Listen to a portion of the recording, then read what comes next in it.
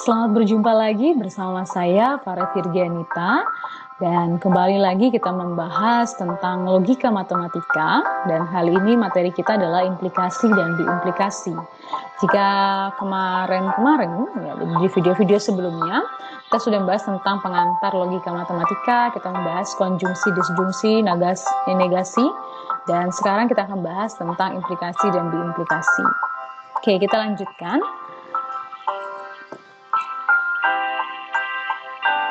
Oke, kita masuk kepada ini, implikasi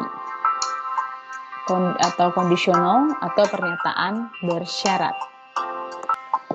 Perhatikan pernyataan berikut ini. Jika matahari bersinar, maka udara terasa hangat. Jika matahari bersinar, maka udara terasa hangat. Oke, perhatikan ini, matahari bersinar, udara terasa hangat. Nah, mari kita perhatikan. Jadi bila kita tahu bahwa matahari itu bersinar, kita juga tahu bahwa udara terasa hangat. Oke, jadi jika kita tahu bahwa matahari bersinar, kita juga tahu bahwa udara terasa hangat. Karena itu akan sama artinya jika kalimat di atas kita tuliskan dengan 4 kalimat ini. Oke, ini. Jika matahari bersinar, udara terasa hangat. Jadi bila matahari itu bersinar, udara akan terasa hangat. Atau sepanjang waktu matahari itu bersinar, maka udaranya akan terasa hangat. Atau matahari bersinar berimplikasi kepada udara terasa hangat. Matahari bersinar hanya jika udara itu terasa hangat. Jadi kita mengatakan bahwa matahari itu bersinar hanya jika udara itu terasa hangat. Atau dengan kata lain bahwa udara itu akan terasa hangat karena matahari yang bersinar. Kita dapat katakan bahwa udara itu terasa hangat sepanjang matahari itu bersinar. Oke, berdasarkan pernyataan di atas, maka untuk menunjukkan bahwa udara tersebut hangat adalah cukup dengan menunjukkan bahwa matahari bersinar, atau matahari bersinar inilah nanti yang disebut dengan syarat cukup untuk udara terasa hangat. Oke, selanjutnya, untuk menunjukkan bahwa matahari itu bersinar adalah perlu dengan menunjukkan udara menjadi hangat atau udara terasa hangat. Ini tadi merupakan syarat perlu bagi matahari bersinar, karena udara dapat menjadi hangat hanya bila matahari bersinar. Nah, jadi dari pernyataan ini dapat kita peroleh bahwa di sini merupakan syarat cukup, di sini merupakan syarat perlu. Oke. Jadi matahari bersinar itu menjadi syarat cukup untuk kita menyatakan udara terasa hangat. Karena di saat sepanjang matahari itu bersinar, udaranya akan terasa hangat. Tetapi untuk menyatakan matahari bersinar, perlu dinyatakan bahwa udara itu terasa hangat sebagai implikasi dari matahari bersinar tadi. Tetapi bukan merupakan syarat cukup untuk kita dapat menyatakan bahwa matahari itu bersinar ketika udara terasa hangat. Itu bukan merupakan syarat cukupnya, tetapi hanya sebagai syarat perlu. Oke, untuk lebih pahami lagi syarat cukup dan syarat perlu hubungannya dengan implikasi, kita lihat contoh kedua ya. Oke, ini. Jika ABCD belah ketupat, maka diagonalnya saling berpotongan di tengah-tengah. Oke, mari kita perhatikan hal ini. ABCD belah ketupat, kemudian diagonalnya saling berpotongan di tengah-tengah. Oke, untuk menunjukkan bahwa diagonal segi 4 ABCD saling berpotongan di tengah-tengah adalah cukup dengan menunjukkan bahwa ABCD belah ketupat. Jadi ketika saya ngomongi ABCD, ada bangun nih, yaitu bangun ABCD ini belah ketupat. Sudah dipastikan bahwa pasti diagonalnya saling berpotongan di tengah-tengah. Karena tadi saya ngomong ABCD belah ketupat. Salah satu sifat belah ketupat adalah diagonalnya saling berpotongan di tengah-tengah. Nah, jadi ABCD belah ketupat Ini merupakan syarat cukup.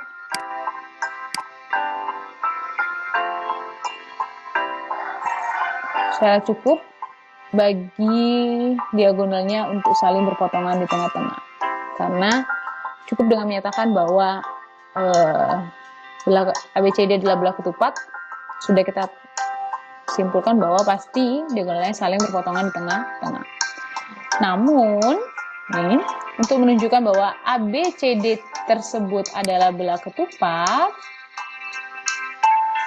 tidaklah cukup untuk kita menyatakan bahwa hanya dengan menyatakan diagonalnya saling berpotongan.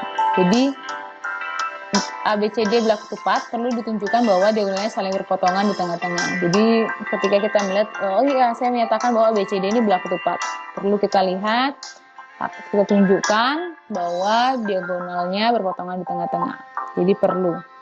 Jadi diagonalnya saling berpotongan di tengah-tengah itu merupakan syarat perlu. Tetapi belum cukup untuk kita bisa menyatakan bahwa ABCD itu adalah belah ketupat. Hanya perlu kita tunjukkan. Tetapi dia bukan merupakan syarat cukup untuk bisa menyatakan bahwa dia belah ketupat. Karena mungkin saja kalau ada suatu bangun, misalnya bangun segi 4, diagonalnya berpotongan, saling berpotongan di tengah-tengah, itu bukan merupakan belah ketupat. Mungkin saja dia adalah persegi, atau mungkin saja dia merupakan jajar jenjang. Ya, jadi seperti itu ya.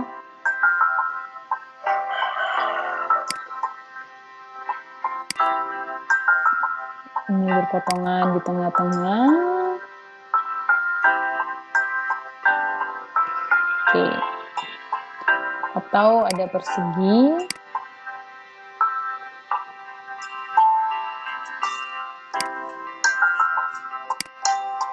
Karena persegi sendiri termasuk pada belah ketupat ya, belah ketupat yang seluruh sudutnya sama besar.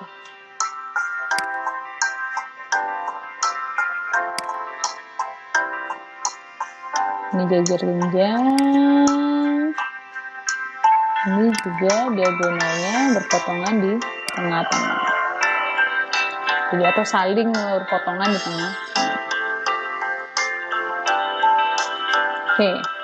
Demikian pula, syarat cukup tidak harus menjadi syarat perlu, karena jika diagonal segi 4 ABCD saling berpotongan di tengah-tengah, belum tentu segi 4 ABCD itu adalah belah ketupat.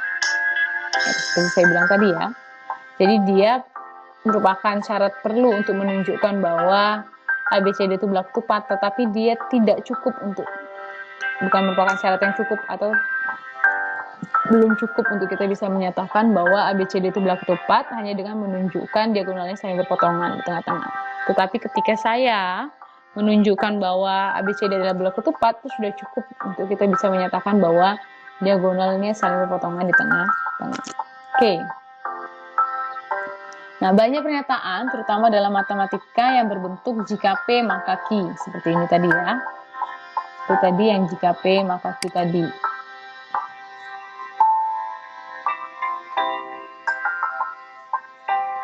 Oke. Baik, kita lanjutkan. Dalam pembelajaran matematika kita akan menemukan pernyataan yang berbentuk jika P maka Q. Seperti yang tadi ya. Jika matahari bersinar maka udara terasa hangat dan seterusnya. Atau jika ABCD adalah belah ketupat, maka diagonalnya saling berpotongan di tengah-tengah. Oke, dan seterusnya. Nah, pernyataan ini misalnya dituliskan seperti ini. Ya, bisa disebut dengan implikasi atau pernyataan bersyarat atau conditional. Pernyataan jika P maka Q juga disebut dengan pernyataan implikatif atau pernyataan kondisional. Nah, jika P maka Q, jadi ini simbol ini itu dapat dibaca dengan, oke ini saya lihatkan ya simbolnya ya. Ini. Nah, dapat jadi kayak seperti panah ya. Nah, P maka Q. Jika P maka Q, bisa dibaca jika P maka Q, atau P berimplikasi pada Q, atau P hanya jika Q, atau Q jika P. Oke, nah sekarang kita lihat tabel kebenarannya. Nah, seperti ini. Kalau saya punya dua pernyataan, berarti masih ingat ya. Jadi jumlah kolom ke bawah itu adalah 2 pangkat N. Banyaknya pernyataan berapa? Kalau saya punya 3 pernyataan, berarti 2 pangkat 3 sama dengan ada 8. Jadi 8 ini akan ke bawah 8 ya. Benar, benar, benar, benar, salah, salah, salah, salah, salah. Lalu benar, benar, salah, salah, dan seterusnya. Lalu benar, salah, sampai bersatu. Nah, jika P maka Q, coba perhatikan. Kalau P-nya benar, Q-nya benar, maka hasilnya benar. Kalau P-nya benar, Q-nya salah, hasilnya adalah salah. Jika S-nya, P-nya salah, Q-nya benar, maka hasilnya adalah benar, dan seterusnya.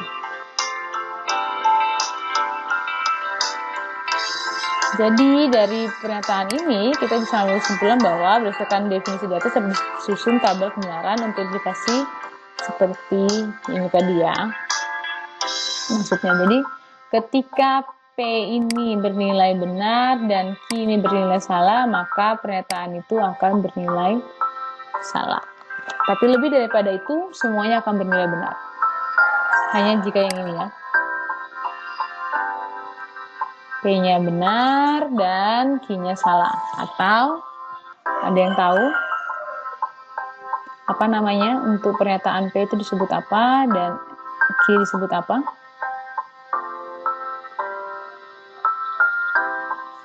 Ada yang tahu? Oke, perhatikan bahwa dalam implikasi ini, jika P maka Q, P itu disebut dengan hipotesa atau antecedent, dan Q disebut dengan konklusi atau konsekuen. Jadi kalau kita membahas tentang jika P maka Q, seperti ini. P ini, jika P maka Q, seperti ini. Ini. P maka Q, seperti itu P ini disebut dengan antecedent. Jadi ini disebut dengan antecedent dan Q ini disebut dengan konklusi atau konsekuen. Nah, bila kita menganggap pernyataan Q sebagai suatu peristiwa,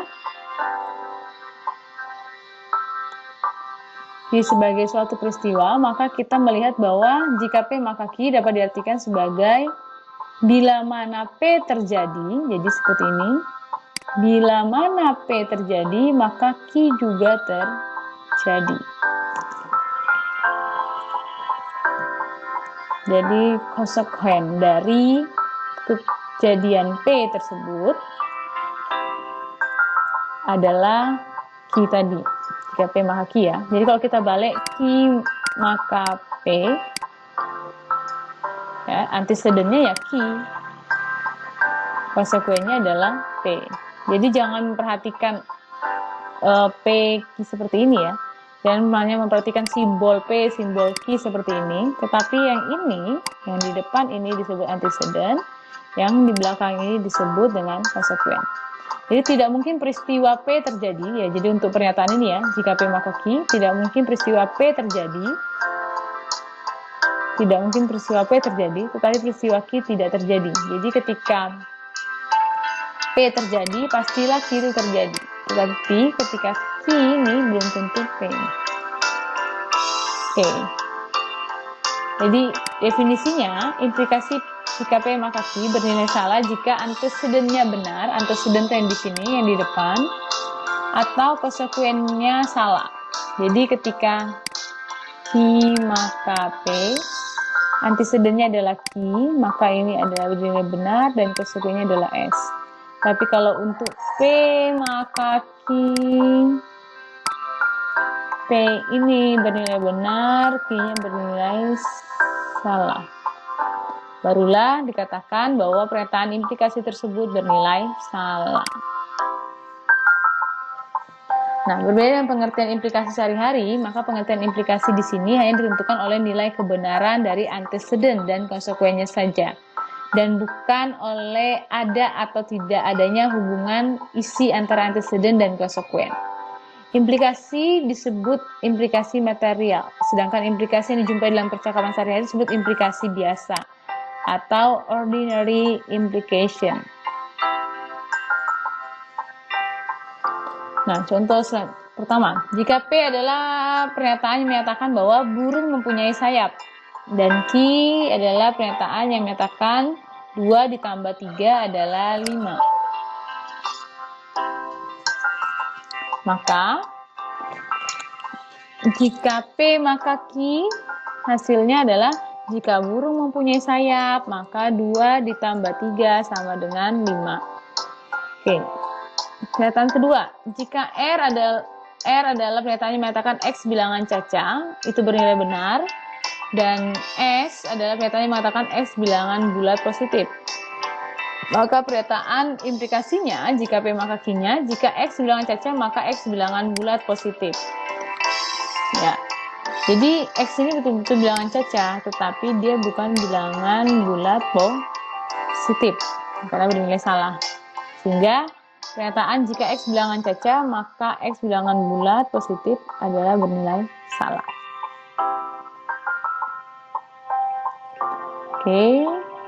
Oke, sebelum kita masuk ke implikasi, kita bahas dulu tentang ini ya, yaitu converse, inverse, dan kontraposisi.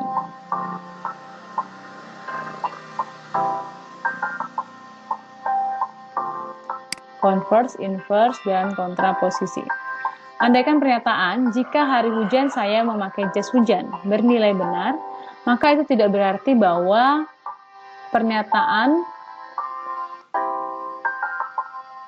saya memakai jas hujan berarti hari hujan juga bernilai benar, sebab mungkin saja saya memakai jas hujan walaupun hari tidak hujan. Jadi kalau ada pernyataan, jika hari hujan, saya memakai jas hujan.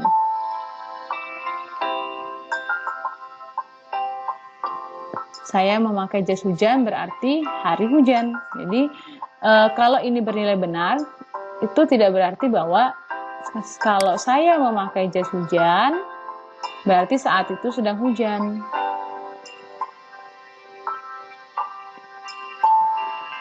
Sebab mungkin saja saya memakai jas hujan walaupun hari tidak hujan.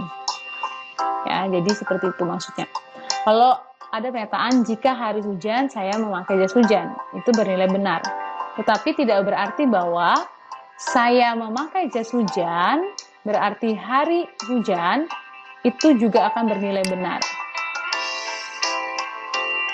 Karena tadi ini kan bernilai benar.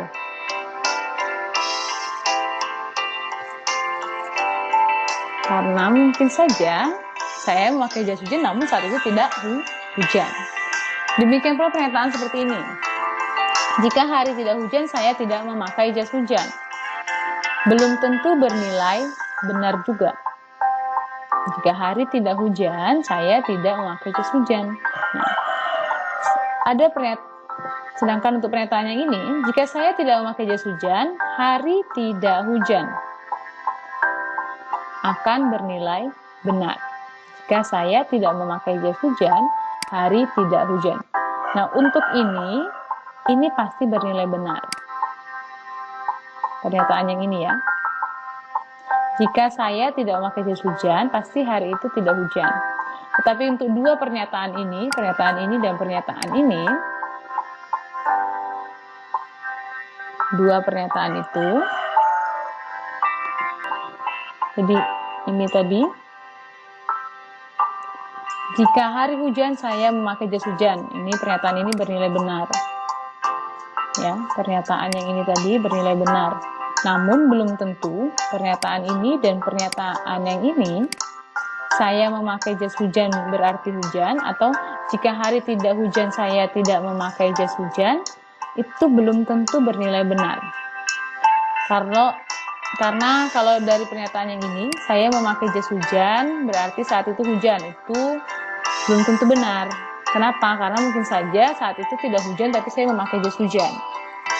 Atau kalau harinya tidak hujan, saya tidak memakai jas hujan. Itu juga belum tentu bernilai benar. Namun ada satu hal yang pasti akan bernilai benar, yaitu jika saya tidak memakai jas hujan, hari tidak hujan. Ya, kalau saya lagi nggak pakai jas hujan, berarti hari tidak hujan. Itu bernilai pasti benar. Akibat dari ini tadi, pernyataan ini.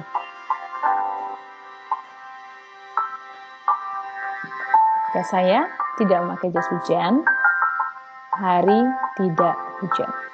Dan jika hari hujan, saya memakai jas hujan, itu bernilai benar. Tetapi dua pernyataan yang ini, saya memakai jas hujan berarti hari hujan, atau jika hari tidak hujan, saya tidak memakai jas hujan, ini belum tentu benar. Karena mungkin saja, walaupun tidak hujan, saya bisa memakai jas hujan. Oke, nah apa yang mau kita ambil dari keempat pernyataan ini, apa yang akan kita bahas? Yang akan kita bahas adalah hal ini, yaitu converse dari implikasi, converse dari implikasi,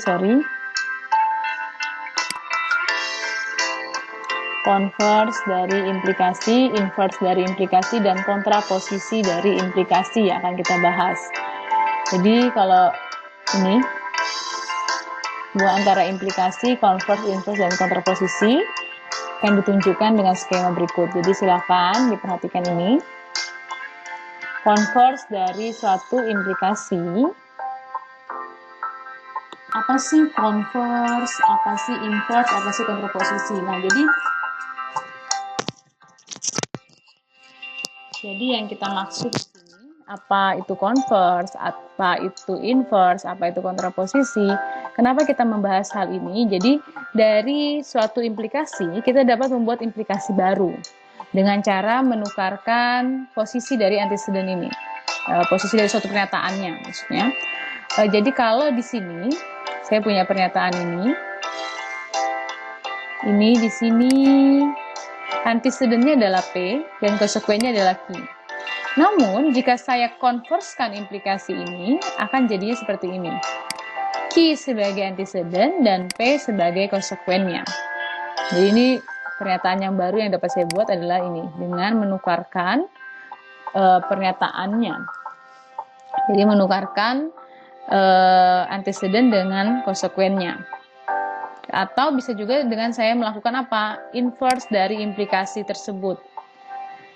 Jadi ketika saya inverse atau ingkaran dari jika P maka Q, itu adalah ini.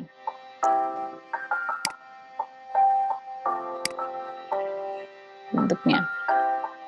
Atau saya mengingkarkan dan menukarkan, jadi namanya kontraposisi. Jadi ketika saya mengingkarkan atau menginverskan dan mengkonverskan atau menukarkan tempatnya, tempat antara antiseden dan konsekuen, maka hasilnya seperti ini. Dan inilah hubungannya.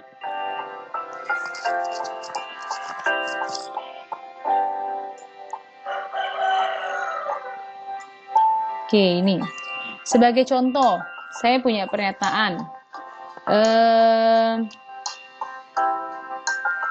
Jika Iwan rajin, oke, kan saya tuliskan dulu ya. Saya punya contoh pernyataan ini. Jadi pernyataan P itu Iwan rajin, Q itu ibunya memberi hadiah. Nah, pernyataan yang pertama adalah jika Iwan rajin, ibunya memberi hadiah. Nah, bagaimana dengan converse-nya?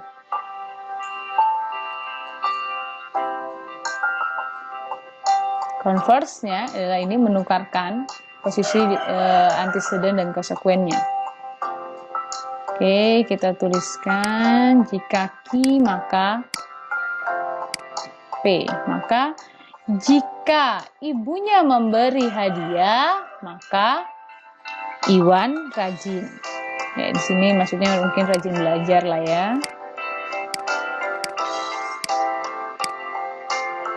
Oke.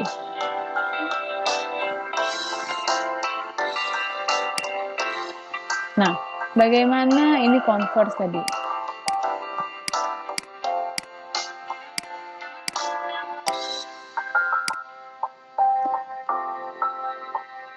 Nah, bagaimana jika kita inversekan?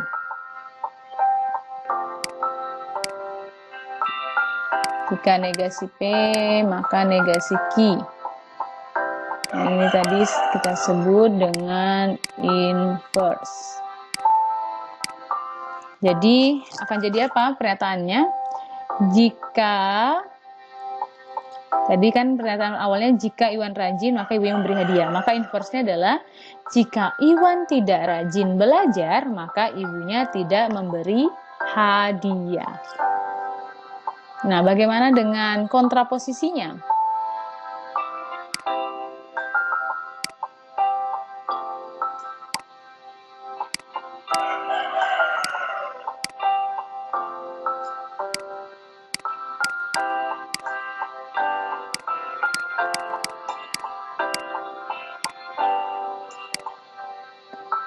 Nah, kontraposisinya jadinya apa? Kalau tadi pernyataan awalnya jika Iwan rajin belajar, maka ibunya memberi hadiah. Maka kontraposisinya adalah jika ibunya tidak memberi hadiah, maka Iwan tidak rajin belajar. Nah, itu yang kita bahas tentang implikasi baru yang dapat kita buat dari suatu implikasi ya, dengan mengkonverskan atau inverse-nya atau menentukan kontraposisi, atau ada yang bilang kontrapositifnya. Oke, itu bisa dipahami ya. Jadi silakan diperhatikan tabel ini.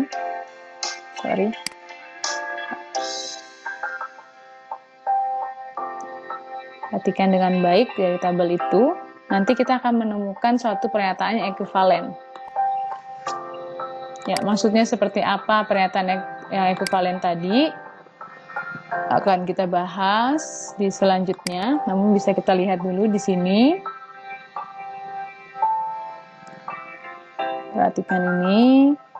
Nanti mungkin bisa memperhatikan dulu tentang hal ini. Kontraposisi dari ini akan menghasilkan apa? Inverse dari ini akan menghasilkan apa yang ternyata sama dengan kontraposisi dari ini. Inverse dari ini akan sama dengan kontraposisi dari ini, dan seterusnya ya. Inverse dari jika P maka Q itu akan sama dengan ini, atau sama dengan yang mana? Kontraposisi dari Q maka P.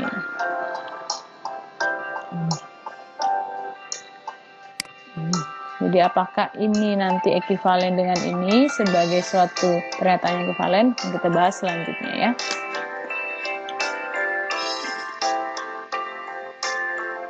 Oke. Ya, selanjutnya kita membahas tentang biconditional atau biimplikasi atau pernyataan bersyarat ganda. Perhatikan kalimat ini. Jika segitiga ABC sama kaki, maka kedua sudut alasnya sama besar. Oke, perhatikan ada pernyataan jika segitiga ABCD itu sama kaki, maka kedua sudut alasnya sama besar. Oke, sama kaki ya. Perhatikan ini. Kemudian, jika kedua sudut alas segitiga ABC sama besar, kedua sudut alas segitiga ABC sama besar, maka segitiga itu sama kaki.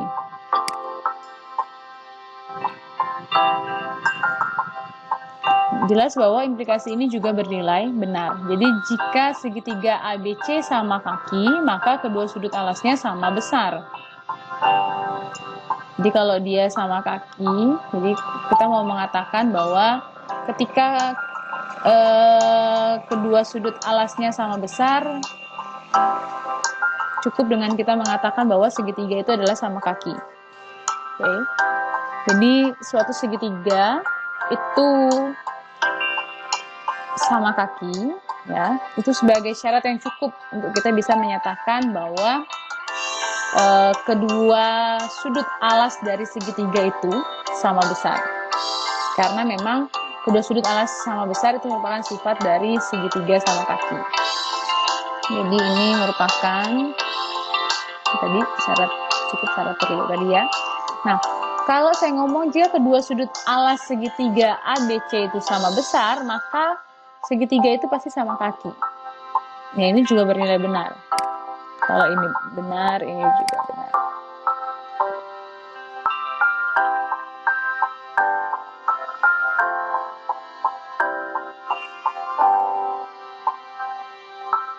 Jadi kalau ada segitiga yang kedua sudut alasnya itu adalah sama besar, kedua sudut alasnya sama besar, maka kita bisa mengatakan bahwa dia adalah segitiga sama kaki. Sehingga segitiga ABC sama kaki merupakan syarat perlu dan syarat cukup bagi kedua alasannya sama besar. Kedua alasnya sama besar, kedua sudut alasnya maksudnya ya.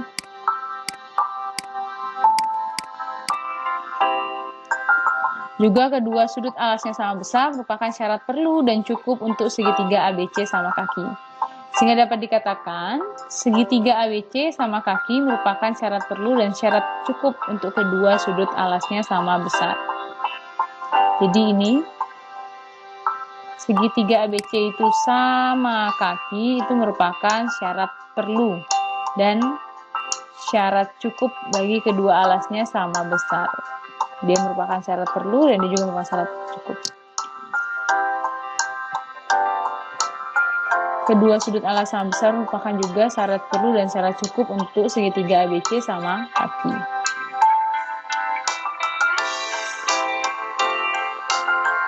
Oke. Saya memakai mantel jika dan hanya jika saya merasa dingin. Nah, ini kita sudah masuk ke pernyataan diimplikasi.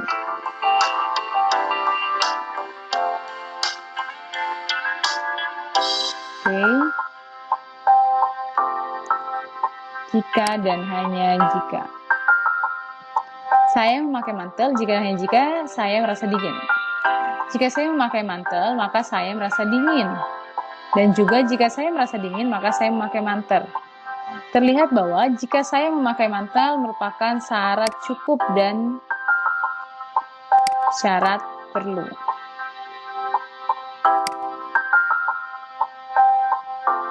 Bagi saya merasa dingin. Dan saya merasa dingin itu juga merupakan syarat perlu dan syarat cukup bagi saya memakai mantel.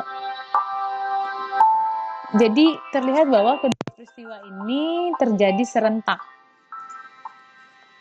Dan inilah yang nanti kita sebut dengan biconditional atau biimplikasi. Jadi dalam matematika juga banyak didapati pernyataan berbentuk jika P bila dan hanya bila Q atau P jika dan hanya jika Q. Satu pernyataan inilah yang disebut dengan biconditional atau biimplikasi atau pernyataan bersyarat ganda. Biasanya dituliskan seperti ini.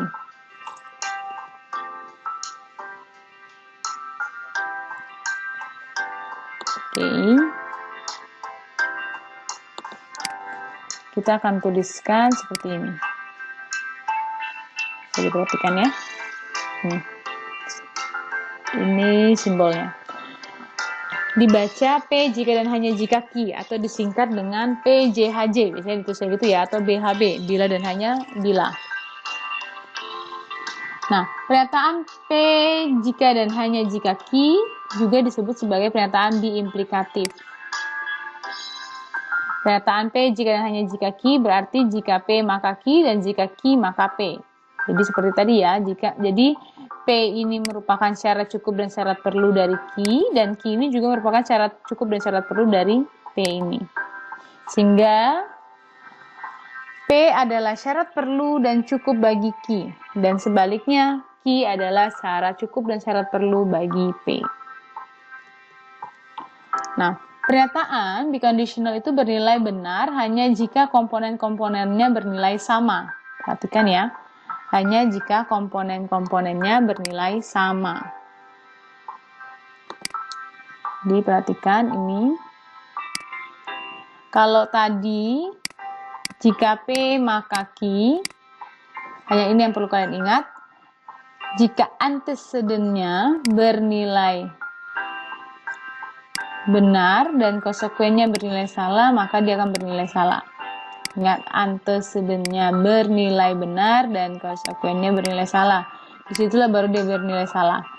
Lebih daripada itu dia bernilai benar. Nah, bagaimana untuk jika dan P jika dan hanya jika Q itu hanya akan bernilai salah kalau komponen-komponennya memiliki nilai kebenaran yang berbeda. Tetapi kalau nilai kebenarannya sama-sama benar atau sama-sama salah, maka pernyataan di implikatif tersebut bernilai benar. Contoh, jika P sama dengan adalah pernyataan yang menyatakan bahwa 2 bilangan genap, ya benar ya, 2 bilangan genap, dan Q adalah pernyataan yang menyatakan bahwa 3 bilangan ganjil, itu bernilai benar, maka pernyataan 2 bilangan genap jika dan hanya jika 3 bilangan ganjil itu akan bernilai benar. Karena ini pernyataan pertama bernilai benar, pernyataan kedua juga bernilai benar.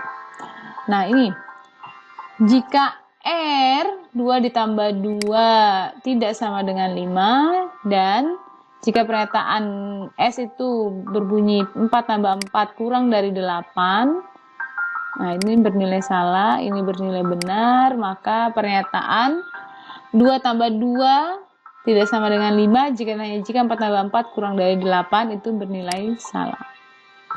Jadi kalau dia nilai kebenaran dua pernyataannya bernilai sama, baru dia bernilai benar. Lebih daripada itu dia bernilai salah.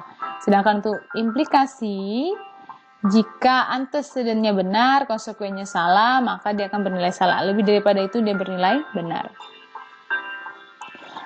Contoh ketiga, Surabaya ada di Jawa Barat. Itu salah ya, karena Surabaya ada di Jawa Timur. 23 sama dengan 6, jelas salah. Nah, jadi Surabaya ada di Jawa Barat jika dan hanya jika 23 sama dengan 6. Itu bernilai benar. Karena tidak akan pernah 23 sama dengan 6, sehingga tidak akan pernah Surabaya juga berada di Jawa Barat ya. Oke, sehingga pernyataan ini bernilai benar. Dan sama seperti ini, jika dua-duanya benar, jika kedua-duanya salah, pernyataan tersebut maka dia akan bernilai benar. Jadi seperti ini, benar. Kalau dia benar salah, dia akan salah benar dia akan salah, tapi ketika salah dia akan bernilai benar. Oke, kuncinya di sini ya, bernilai sama. Sedangkan untuk implikasi kuncinya di sini. Antecedent ini bernilai benar dan konsekuensinya bernilai salah. Antecedent itu berarti setelah yang kata-kata jika. Ya, biasa itu yang setelah kata-kata jika bla bla bla bla bla, ini pasti antecedent. Setelah kata maka bla bla bla bla, ini pasti konsekuen. Jadi Rina akan ke pasar jika dia memerlukan sayur. Antecedentnya yang mana? Jika dia memerlukan sayur, itu antecedent ya. Jadi walaupun nanti dibalik-balik, jangan sampai salah ya menentukan antecedent dan konsekuen. Ingat loh ya, jika Ani lapar, maka ia makan. Ani lapar itu adalah konsekuen. Kalau saya balik, Ani lapar, jika Ani lapar, ia akan makan. Kalau saya balik, Ani makan jika ia lapar. Berarti jelas antecedentnya adalah jika ia lapar. Konsekuensinya adalah ia makan. Hati-hati ya. Jadi kadang ada pernyataan yang dibalik-balik. Oke, itu tadi pembahasan tentang implikasi dan biimplikasi. Nah, apakah pernyataan berikut ini merupakan pernyataan biconditional atau bukan? Jadi ada 5 ini, silakan nanti dijawab. Setiap segitiga sama sisi merupakan segitiga sama kaki. Sudut-sudut segitiga sama sisi sama besarnya. Yang ketiga, sepasang sisi yang berhadapan pada sebuah jajar genjang sama panjangnya. Sebuah segitiga sama kaki mempunyai 2 sisi yang sama panjang. Yang E, seorang haji beragama Islam. Nah, dari kelima kalimat ini, silahkan tentukan mana yang merupakan biconditional, mana yang bukan biconditional. Oke, itu yang kita bahas di video selanjutnya. pertanyaan tadi yang kita bahas di video selanjutnya, dan selanjutnya di video selanjutnya juga kita akan bahas tentang kesepakatan penggunaan kata hubung kalimat. Seandainya ada pernyataan seperti ini, yang ini, oke, jadi ini ada tanda apa ini? Konjungsi atau disjungsi? Ya, ini konjungsi. Kemudian ada tanda implikasi. Nah, atau di sini ada biimplikasi dan implikasi. Maka termasuk pernyataan apakah ini? Kalau ini sudah jelas, ini konjungsi. Ini pasti karena ada tanda hubung konjungsi, maka dia dikatakan kalimat disjungtif. Tapi kalau ini ada dua tanda, sehingga kita akan mengatakan dia sebagai kalimat apa, dan seterusnya. Akan kita bahas di video selanjutnya.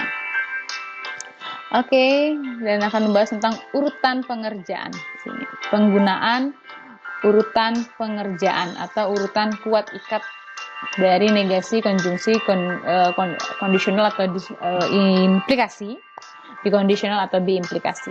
Kita bahas di materi selanjutnya, di video selanjutnya. Oke, demikian untuk hari ini, dan sampai bertemu lagi di video selanjutnya. Dan sampai bertemu di pertemuan selanjutnya, membahas tentang tadi yang kita sudah bahas sedikit tentang kesepakatan tadi, yang mana urutan pengerjaan dari suatu pernyataan yang majemuk, yang tentunya di situ ada tanda biconditional, ada tanda implikasi mungkin, atau conditional, mungkin ada disjungsi, ada konjungsi, yang mana yang akan duluan kita kerjakan untuk menentukan nilai kebenarannya nantinya. Pernyataan tadi akan kita bahas di video selanjutnya. Terima kasih untuk perhatiannya di video kali ini yang tentang implikasi dan biimplikasi. Jangan lupa like, share, and subscribe ya. Oke, sampai bertemu lagi. Terima kasih. Mohon maaf jika ada salah-salah kata.